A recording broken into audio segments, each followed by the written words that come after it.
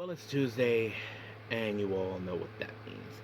If you probably know, NXT had their go home show as we head for this Saturday's Stand and Deliver. However, some implications do reach about that. As you probably can guess, we are still continuing with more of the tag team tournament to see who will be facing the Vanity Project for the NXT tag team belts. We even have a number one contendership for the NXT Women's title, who will be walking out as the one to face JC Jane. And of course, we have the NXT title contract signing and various other things as well.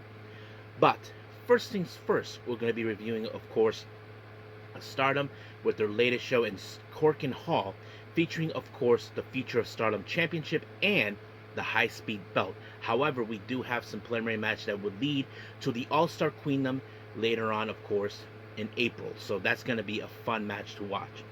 And as always, we'll wrap up our episode, as usual, with some news updates to give you guys updates on what's been happening in the world of wrestling, such as what events the promotions are thrown out, who's booked, what matches are set, including developments that are happening in the world of wrestling as we speak. So, let's get ready for another episode of the Deleted Wrestle Zone.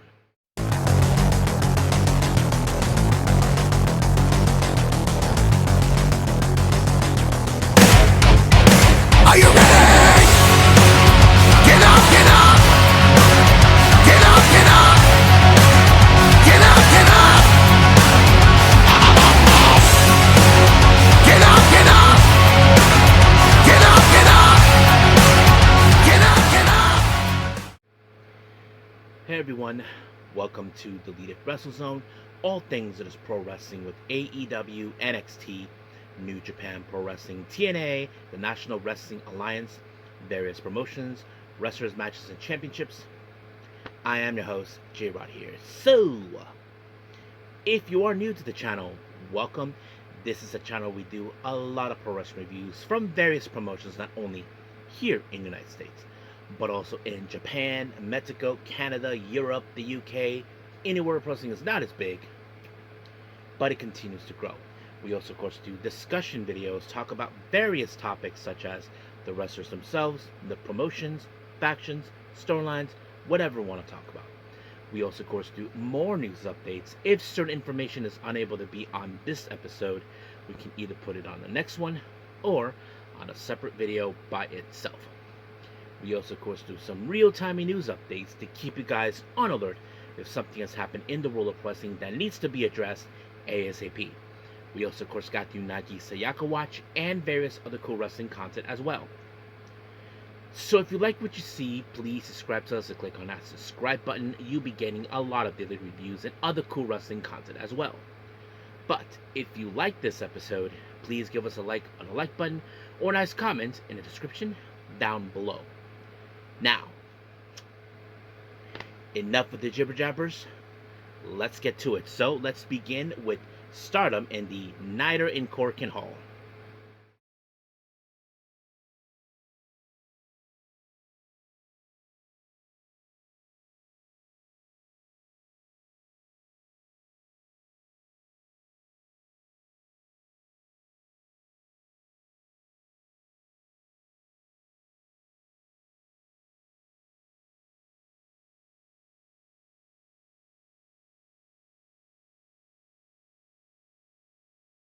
Alright, Stardom. As you know, we are on the road to the All-Star Queendom, of course. Dream Queendom.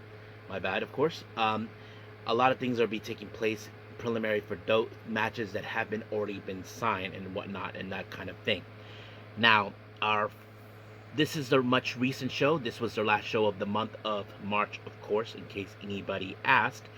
That's pretty much what we do know. Now, our first opening match, we have a interesting 8-woman tag match, but we do have an interesting one. The members of God's Eye, more specifically Kyoka Kotatsu and Tomoka Inaba, teaming up. They team up with Hanako and Maika, formerly of EXV. They take on, of course, Mi Vida Loca, consistent of Akira Kurigani, Izuki Aoki, Rina Yamashita, and Suzuki. Now, obviously, we know that Hanako and Micah have their distaste towards Mi Vida Loca in recent times. Who can forget about that elimination match that they lost to?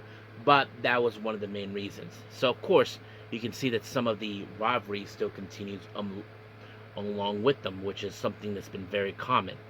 Um, but obviously, we would have assumed because, of course, when it comes to cohesion, we know that Mi Vida Loca does have some good cohesion. But we look at the other team like God's Eye and the former members of EXV. Well, they're not part of the same team, but they can they can try to get along well. But unfortunately, that with Mi Vida Loca did not work. Kurigani ended up on the wrong side of the JP coaster, and just like that, 1, 2, 3, it was over. However, during the post-match, well, it seems that there's still some unfinished business with Mi Vida Loca, consistent with both Hanako and Micah. So it seems like they're resuming their old ways. So we'll see what that goes to. I wouldn't be surprised if there's going to be a match either before or at, of course, at the All-Star Dream Queendom. Now our next match, we have Ane Kanaya, Emma Maishima, and Tabitha from CML. They take on, of course, Matoi Hamabe, Waka Tsukiyama, and Zena. Now, obviously, we can see that two girls are, in fact, are a bit of the rookies. You know, they are still under the learning curve and that sort of thing. So that kind of tells it all. But, however, it was Zena that picked up the win when she applied a German suplex onto Kanaya, and just like that, 1, 2, 3, it was over. Now, our next match, we have the Ladies of God's Eye, consistent of Lady C, Hina, and Ami Sodi. They take on the members of Stars, Yuta Him, Momokoko, and Saida. And I think the match really was very impressive in every way possible. I mean, there are some girls that are strong in both sides, but surprisingly, it was Hina who fell victim by Saida with a brainbuster, and just like that, 1, 2, 3, it was over. However, during the post-match, Saida put out a promo, of course, and she called out Alex Windsor, telling her that she challenges her for the New Japan Strong Women's title at, of course, American Dream, which is going to happen in Las Vegas later on, of course, this month, which is going to be fun. So I can't wait to see how that rolls out. So I don't know what Alex Windsor will say, but I'm sure that match will be officially made soon enough. Now, moving on. Our next match, we have another 8-woman tag match. We have Kyoko Furuzawa and Maki Ito, the so-called Ito Respect Gundam.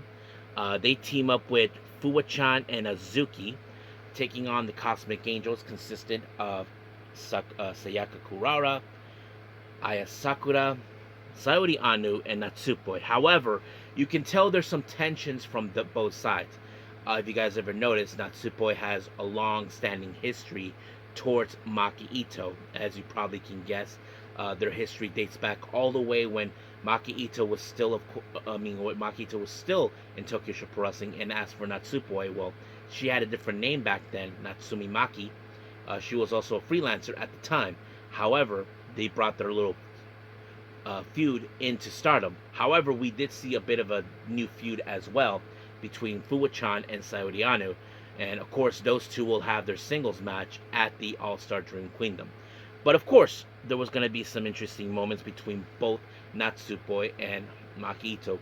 And apparently because of that, let's just say Kurara kind of messed up by accidentally spearing Natsupoi. That gave, of course, Maki Ito to stomp Natsupoi. And just like that, 1, 2, 3, Maki Ito picked up the win. And then, of course, as you all saw, Maki Ito has like a little custom-made belt made out of paper or whatever, you know, that sort of thing. And that kind of Natsupoi decided to destroy. And then we did see a little punchline, like fight between both Natsupoi and Maki Ito. Now, I wouldn't be surprised if they decide to have this match at the All-Star Dream Queendom at the end of the month. So that's something we could see. But of course, Kurara at the end, let's just say she is not okay. I mean, she messed up. I'm sure her head is at the other problem that she is facing, of course, which is her putting the Cosmic Angel's existence on the line for the red belt. That's one of the things that kind of might have been out of her focus. But who knows? Now, anyway, our next match is one of two championship matches.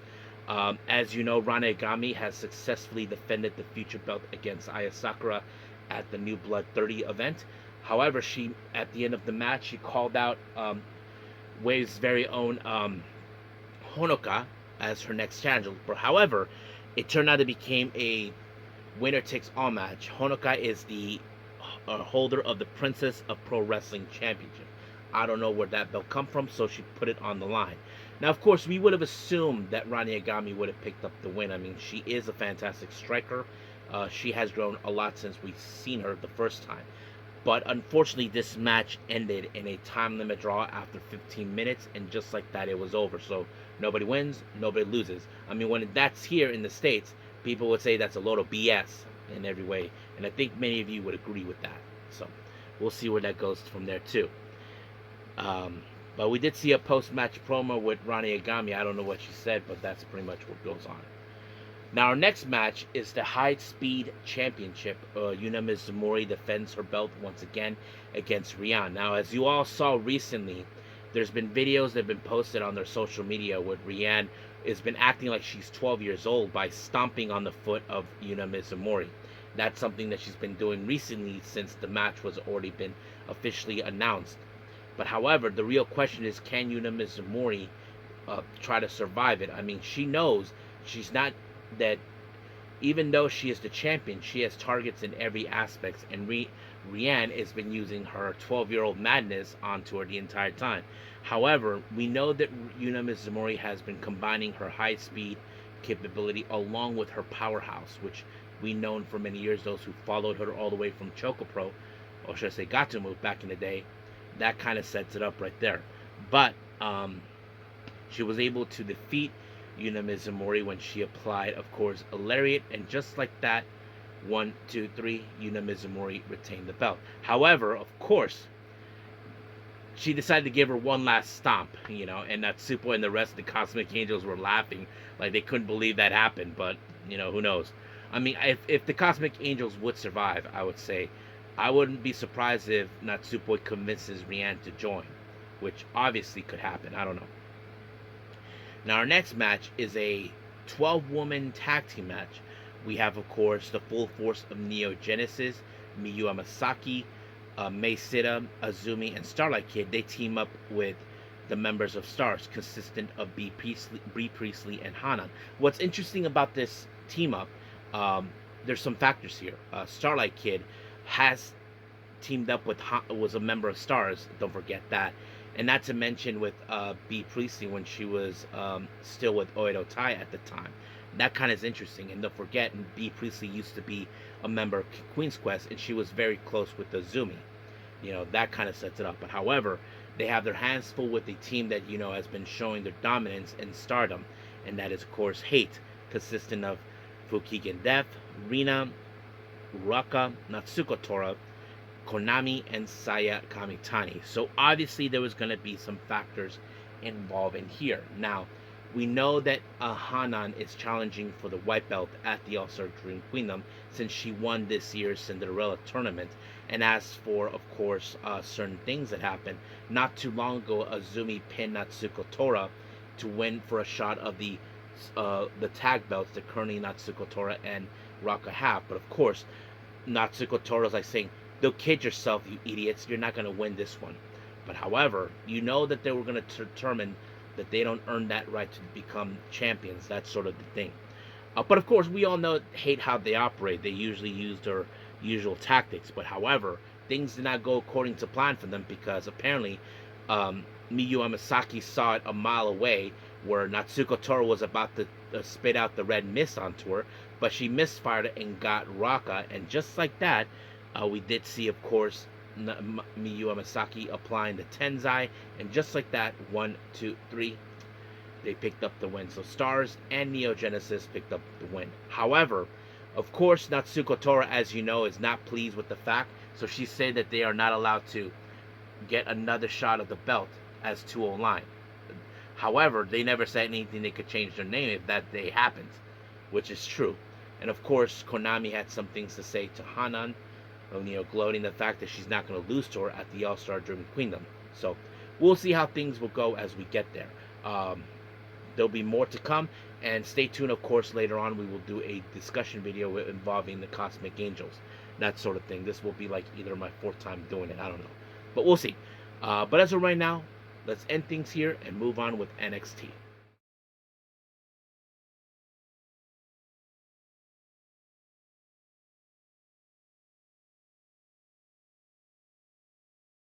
Okay, NXT.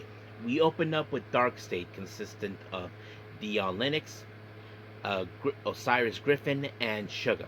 They take on, of course, OTM, Bronco Lima, and Lucian Price. However, they brought backup with them, and of course, since NXT took place at Madison Square Garden, well, they called in a fellow New Yorker, and he is the current TNA World Champion, and that is, of course, Mike Santana. And of course, Mike Santana was proud to, of course, help out OTM because they never messed with guys like him before. But I'm sure Mike Santana gives them an ass whooping they would never forget. And that's something I'm sure they were determined. As you know, OTM has been dealing with the Dark State since day one because no one fought back against them. And now it seems that that was happening right now. But Mike Santana was not the one that picked up the win. It was, of course, Mike Santana was able to isolate both uh, Osiris and Dion Lennox away from Sugar, and that laid, of course, for OTM to do their job, take out Sugar, and just like that, Lima picked up the win. 1, 2, 3, it was over. But we did see a little bit of a video promo with, of course, Dark State in a state of what the hell, how did this happen? We should be at the top of the food chain, that sort of thing. So it seems like their status as the baddest individuals is not going exactly like they would have hoped for. But we'll see what happens until then. Now, we did see Vic Joseph had a one-on-one interview with Miles Bourne. As you know, Miles Bourne will be defending the NXT North American title against someone who's been well recognized in NXT, and we're talking about Johnny Gargano, or as we know him as Johnny Wrestling, or Johnny Takeover. But however, Miles Bourne said that Ethan Page has always been declared himself that he admits that Ethan Page is one of the greatest North American champions. But however, he does say that Johnny Gargano's even above him. So that kind of sets it up right there. But he's saying he doesn't know who is he going to meet. Either Johnny Wrestling or the Johnny Wrestling that's been the Johnny Gargano who's been acting up kind of weird recently. But he said he wants to meet that guy. However, we did see Johnny Gargano made him. He tells him, be careful what you wish for, because back in the day, before each pay-per-view happened, he said he used to call him Johnny Takeover. So he asked him, be prepared if that's what you want. And I'm sure Miles Bourne knows what he's getting himself into, because he never faced someone like Johnny Gargano before, or as we know him, Johnny Takeover or Johnny Wrestling. Now, as we continue with the tag team tournament, of course, we have the final two who will be meeting up with the Vanity Project at Stand and Deliver. We have Los Americanos, Rayo and Bravo, taking on the members of Birthright, consisting of Stax and Aurea Connor. Now, obviously, when it comes, of course, with the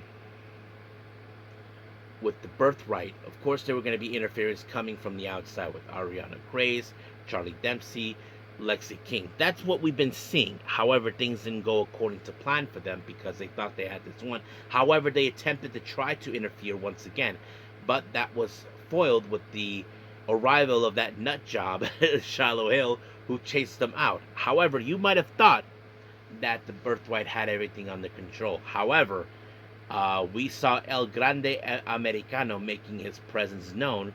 However, what was going on, they had no idea that Rayo and Bravo were swapping objects from their mask, and while that was happening, Bravo took out, of course, Stax, giving Rayo the time to take out Connor, and just like that, 1, 2, 3, it's over. So that means, of course, Los Americanos will be dealing with the Vanity Project at Stand and Deliver.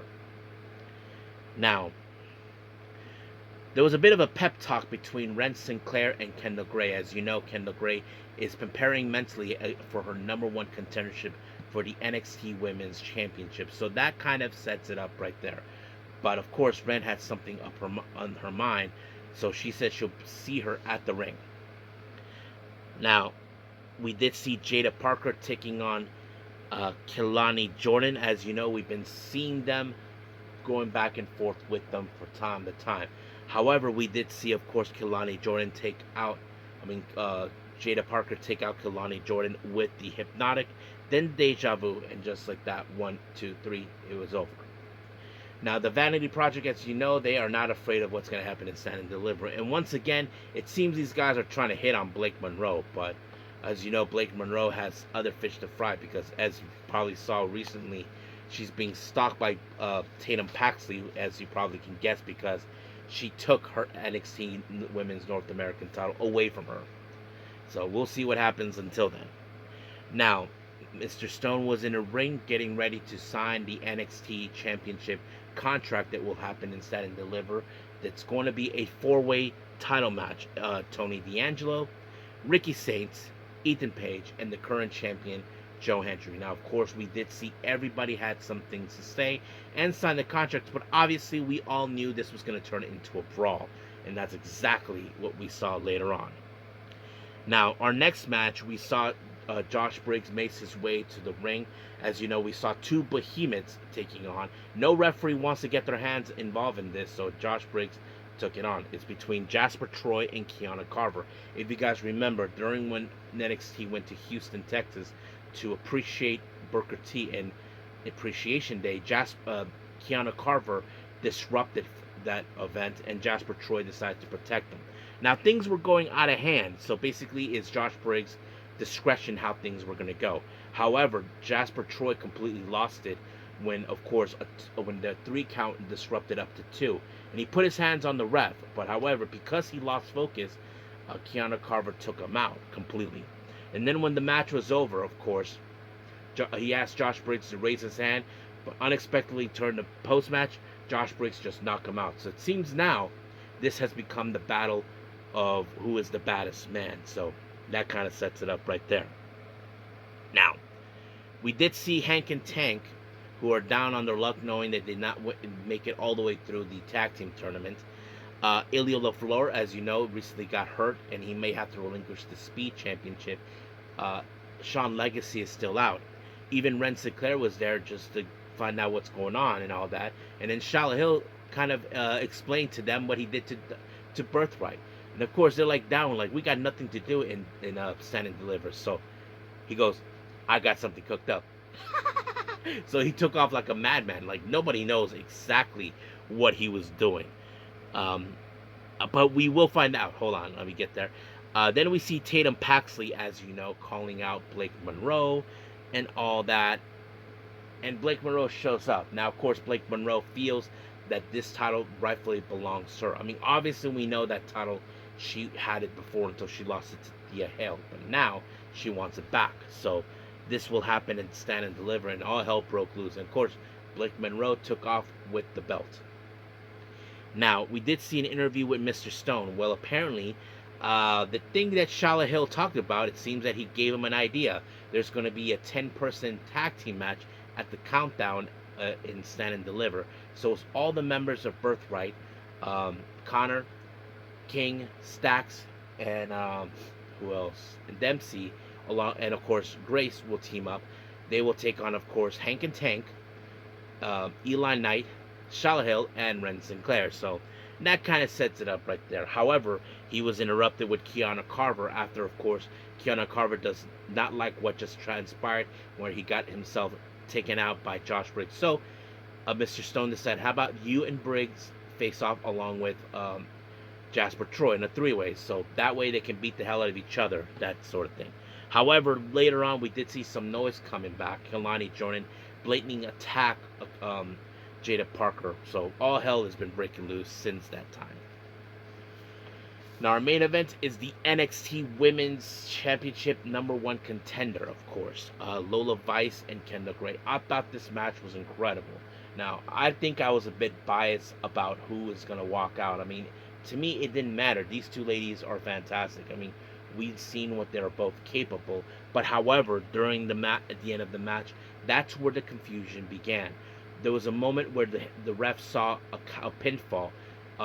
Kendall Gray was no, Lola Vice had Kendall Gray in a submission, but somehow Kendall Gray overturned it into a suplex, but still hold on her, and it was still a submission. However, because of that, the referee counted 3 from what he saw. But however, unbiased by him, he did not see that Kendall Gray tapped out, and that led to a confusion where we saw a submission and a pinfall. So that kind of sets it up. I don't know exactly what is going to happen, but if I was a betting man, I would say there would probably be no choice that it's going to be a 3-way match. But we'll just have to wait and see. So we'll end things here for now. Let's end this episode with some news updates.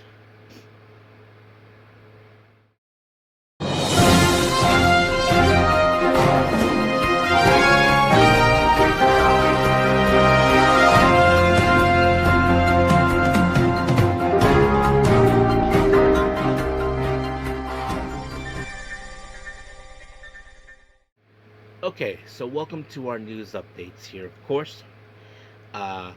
Let's begin with some upcoming events. We have GCW with Maniac, as you know, they will be in LA on the 4th of April. We have one called Manders taking on Starboy Charlie, so that's going to be a very interesting David versus Goliath type of setting.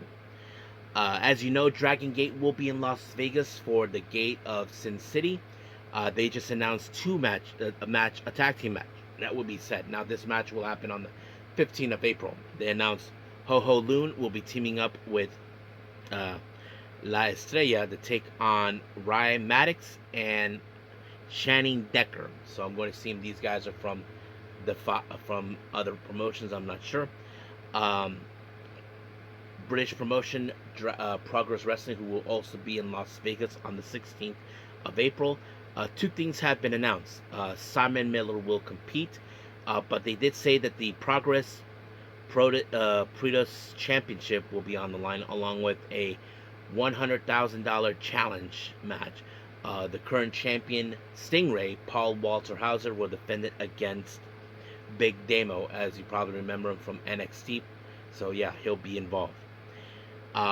Maple Leaf Pro Wrestling with their multiverse event on the 17th in Las Vegas. They just announced the Good Brothers will be, of course, participating as well. Spark Joshi Puroresu of America with Lady Luck 2, that will happen on the 19th of April. They just announced that the Spark Yoshi Pacific champion Erika Demia, who, as you all know, recently has been signed as part of the WWID program, will be participating there. Now, she's still champion unless she gets a full-time contract. That's the thing we do know. That's the rule there. Wrestling Revolver will have a event on the 25th of April called Strong. There's going to be elimination games. We have Joe Alonso. He'll be teaming up with Brent Oakley and Crash. They take on BDE and the members of Alpha Zig. So that's pretty much what we do know. And then finally, as you know, when House of Glory will be making their way back to LA for Glory at the Globe on the 1st of May, they just announced Speedball Mike Bailey will be there as well. Now that's pretty much it for our upcoming events. Let's talk about some certain developments here. Fightful Select reports, of course, that Lady Frost, her AEW contract, will be up on April 1st. So by the time this video is out, it should be already April 1st. That Dani Luna, as you know, requested her release from TNA, so she is now officially a free agent. I don't know what exactly happened with her and TNA, but things probably didn't happen. Dragon Lee has announced that he will, no, not Dragon Lee, Dragon Dia from Dragon Gate has announced that he'll be leaving Dragon Gate. Now, it's still unclear what's the particular reasons why. However, I wouldn't be surprised if he makes his decision to go to New Japan, because we know he gained a good following there. Or he can go to any promotion like Noah or All Japan. But if I was a betting man, he probably could go to New Japan. And then finally, Cody kind of says that no one is even close into the speculation on why he and his wife Brandy left AEW. Now, I know people can speculate things, and Cody said that the speculations that people have been saying, they're not even close to the real reason why he left AEW. That tells me that there's something else we're not seeing, or entirely. That's something I'm sure that we just don't know. I don't know. I mean, people can assume that he had a falling out with the Bucks, or with Kenny, or with Tony Khan. Who knows what the real reason was? But whatever it was that people speculated is not even close. So hopefully one day we'll find out, but we never did got the answer to that back then. So we'll see. So I think that's pretty much it what we have for now. So until then, let's call it a day. Well, I hope everybody enjoys this episode. Coming up, as you know, AEW are on the road to Dynasty, so a lot of things is going to happen as we get there. We do have, of course, WWE Evolve. I'm looking forward to that as well. I don't know what else I'll be reviewing. If I'm unable to do so, we'll just have to wait and see. But for now, we'll leave as AEW Dynamite and WWE Evolve as the top priority. But for now, we'll leave things as it is. But until then, I will see you guys in the next DWZ time, same DWZ channel. I must bid all of you adieu. So, goodbye, and have a nice day. Bang.